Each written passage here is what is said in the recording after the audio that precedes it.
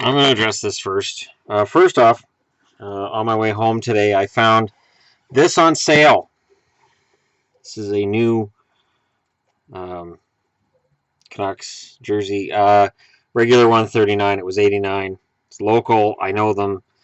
I've shopped there before many, many times. And then the Rock T-shirt store was having a going out of business sale. So if you live in Chilliwack, go to the Chilliwack Mall. So I got Queen for 25 bucks. And then I got two other T-shirts for $12.50. She was only going to give me one,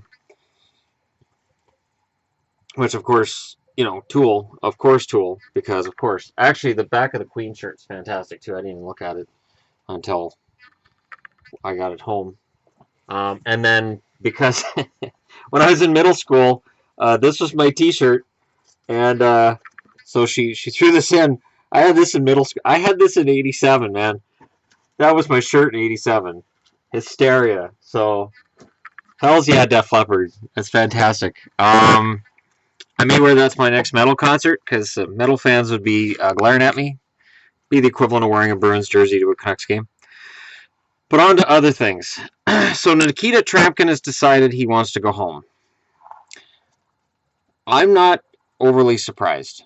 I'm disappointed. I think Tryamkin is really good. However, he's replaceable.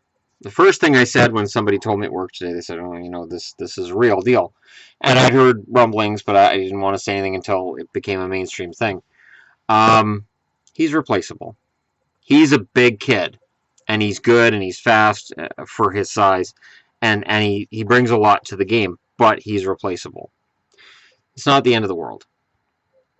I don't look at this and say, "Oh my God, the Canucks are screwed." The Canucks are already screwed. That's why this should be their logo next year, because they're already garbage. So you might as well just go back to when your team was bad, or still is. Anyways, I don't have any real emotional attachment to Nikita Tryamkin. He is one of my favorite players, but that's fine. His role will be filled by a healthy Goodbranson in the fall.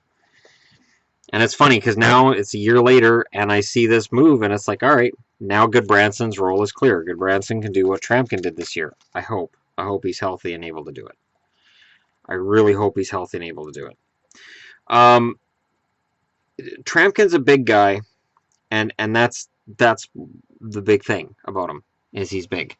The Canucks retain his rights, the same as Dallas did with Nichushkin, so I'm not really overly worried. Now, of course, the Canucks are playing this off that he's going home for family reasons.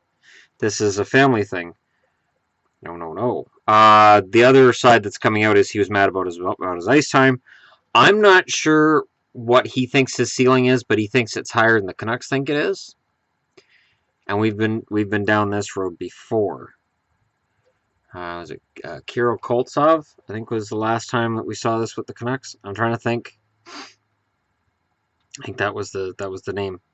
It's not unusual, and this is why Russians are available in later rounds than they otherwise would be. Because at any point in time, a Russian player can go, "No, I'm going home." Would anybody watching this now be surprised if Ovechkin looked at another first-round exit? Let's just say Toronto pulls off the upset and knocks Washington out. Combine that with the Olympic announcement. Would anybody be surprised to see Ovechkin say, "I have to retire from the NHL and go back to the KHL because I want to play in the Olympics"? And I don't think Washington is going to win a championship. I want a chance to win a championship of some sort. I'm going to play in the KHL, and I'm going to go to the Olympics. And where I differ from a lot of other people is the KHL is their home league. They're Russians. I don't blame them for wanting to go home. If they can make a decent amount of money and a good living, and if they can be comfortable and be near their families, I really don't think it's that big a deal.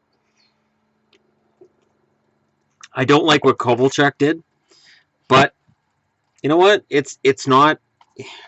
I mean, it's a big deal to Devils fans, I guess, but to me, it's a matter of if he wants to play at home in front of his friends and family rather than playing across the ocean, it doesn't bother me. But it does affect, it affects their value in terms of trading and drafting and what their rights are worth. it does have an effect. So Tryamkin goes home. I don't think he'll come back. Usually when players go home as youngins, they don't necessarily come back. I mean, he may come back in a few years, but the Canucks own his rights. It's not like this is the middle of the season. I mean, middle of the season, he did have a little episode there where the Canucks were like, all right, we want to send you to the minors. And he said, I'm not going to the minors. You must be talking to somebody else. And he refused. Now, he was right in that he was better than the other options the Canucks had on their blue line. I think they were crazy to try sending him to the minors. He was wrong because that's his job. He's an employee of the team, and he's not bigger than the team. So he should have taken his demotion to Utica. He should have taken it with a smile, taken it as a challenge, and beat the hell out of some people in Utica to demand to come back up to Vancouver. And it would have happened within a couple of weeks. But, you know, some young players are different from other young players. So, you guys can let me know what you think in the comments below. Don't forget to like and subscribe if you're browsing your way through. I don't think the loss of Tryamkin will negatively affect the Canucks next year, because I don't think that what he brings to the table necessarily equals wins. So, yeah, we'll see how things turn out from there. There's other bigger news to discuss. I just wanted to get this out of the way first and see what you guys think. So, Tryamkin, gone from the Canucks. I could cry crocodile tears. But again, even though he's one of my favorite players, and I admit that up front, losing him doesn't cripple the Canucks. They already needed help on the blue line anyways. Now they just need another body. So maybe in the offseason they grab a couple free agents. Hopefully not another Philip Larson type situation, but you never know with Benning what you're going to get. Thank you very much for watching, and I got some Buffalo stuff to talk about, and that's coming up next.